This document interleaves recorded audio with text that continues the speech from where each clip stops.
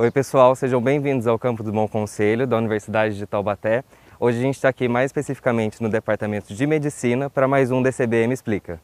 Oi galera, para você que nos acompanha, meu nome é Caliel Ribeiro Simas, eu sou atual presidente do Departamento Científico Benedito Montenegro, aqui da Faculdade de Medicina de Taubaté. O DC, como a gente chama, é responsável por 3 principais esferas: educação, pesquisa e extensão. Hoje, o DC, em conjunto com a TV Unital, traz você até o Laboratório de Práticas Cirúrgicas para mais um DCBM Explica, aula de sutura. Hoje o DCBM Explica traz para você a aula de sutura. Mas para a gente começar a falar de aula de sutura, a gente tem que saber quais são as características, o que é e tudo mais. Então vamos lá. Primeiro, o objetivo da sutura é fazer a união entre 2 bordas teciduais vivas, por isso a gente chama de sutura e não de costura.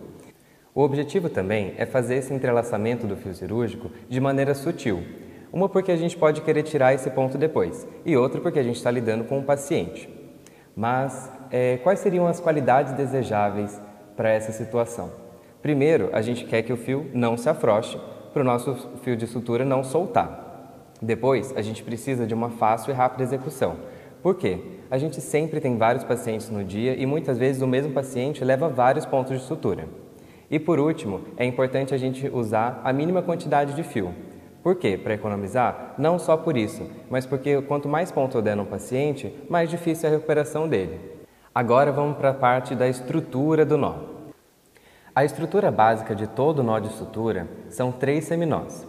Primeiro, a gente precisa fazer o nó de contenção, que é o que vai ligar as 2 bordas desse tecido vivo e manter ligadinho ali para a gente conseguir ter uma boa cicatrização. Segundo seminó, a gente precisa fazer a fixação do primeiro. Esse nó vai garantir que o nosso primeiro nó não solte e que aquelas bordas continuam ligadas sem estar apertadas, gerando a anóxia que eu já comentei. O nosso terceiro seminó é o seminó de segurança. Ele é feito por último para manter os outros 2 nós feitos. E por mais que ele seja só por segurança, entre aspas, ele é muito necessário. Oi, eu sou a Alex, eu sou do 10º período e eu tô aqui a convite do DC para dar algumas dicas de sutura para vocês. Não precisa ficar nervoso, a mesa não é toda essa, são só 3 instrumentos.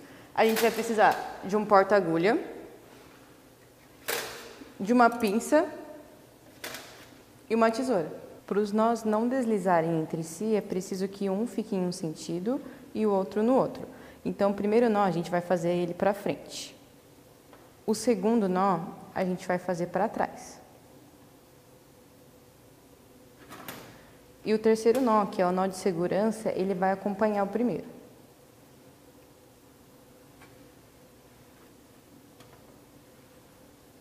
Agora que a gente já viu sobre a estrutura básica de um nó de sutura, a gente precisa falar um pouquinho sobre os fios usados nesses nós. Primeiro, a gente pode encontrar eles em uma variedade grande de tamanhos. Por exemplo, a gente encontra de 8 centímetros, 90 centímetros e por aí vai. Esses fios são chamados de agulhados, ou seja, eles possuem agulha, já é tudo uma coisa só contínua. Essas agulhas podem ser retas, curvas ou semi-retas. Em relação à embalagem que vem esses fios, elas podem conter um único ou várias unidades. Isso vai variar da quantidade que a gente vai precisar usar em cada ato operatório. Ainda falando sobre fios, a gente precisa definir as características de um fio ideal. Ou seja, o que a gente procura num fio e numa agulha para poder fazer a sutura ideal. Primeiro, a gente precisa de um fio que mantenha uma tensão por tempo suficiente.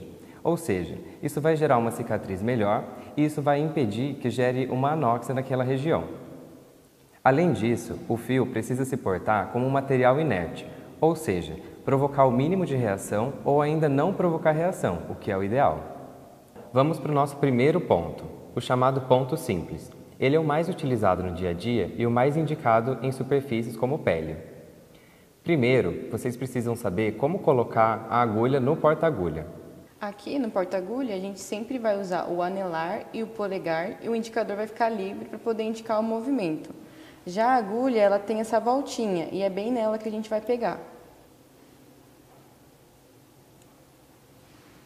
Você se coloca de frente para a região que vai ser suturada, levanta uma das bordas com a pinça, insere essa agulha nessa primeira borda e retira pelo meio. É interessante ressaltar que a gente não pode passar de um lado para o outro, a gente tem que tirar a agulha pelo meio. Depois que você retirou a agulha e puxou o fio, você vai fazer de novo a inserção, agora pelo lado de dentro da ferida para outra borda. Feita essa inserção, você puxa. E aí a gente relembra aqueles passos da estrutura básica de um nó de sutura, lembra? Que são os 3 nós. Vamos então para o nosso segundo ponto. Esse ponto se chama Donati e também é conhecido como o vertical, ou ainda longe, longe, perto, perto, e vocês vão entender por quê. Ele se trata de uma associação entre 2 pontos simples, em que cada lado é perfurado 2 vezes e daí vem o apelido, longe, longe, perto, perto. O primeiro passo a gente vai fazer bem próximo de um ponto simples. Esse primeiro passo se chama forehand e é ele que vai quebrar a tensão das paredes da ferida. O segundo passo é chamado de backhand. Ele vai fazer essa junção do plano profundo.